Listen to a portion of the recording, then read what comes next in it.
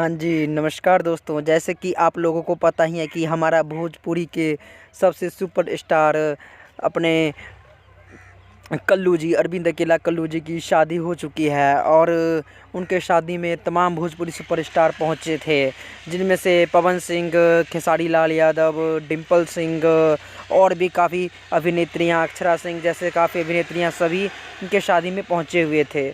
और इनके शादी में जो अंकुश राजा है, उनके एक बहुत ही प्रसिद्ध गाना था कुंवारे में गंगा नहैले बानी का, जो एक प्रसिद्ध गाना था वो इनके जो शादी हैं उसमें डांस किया है।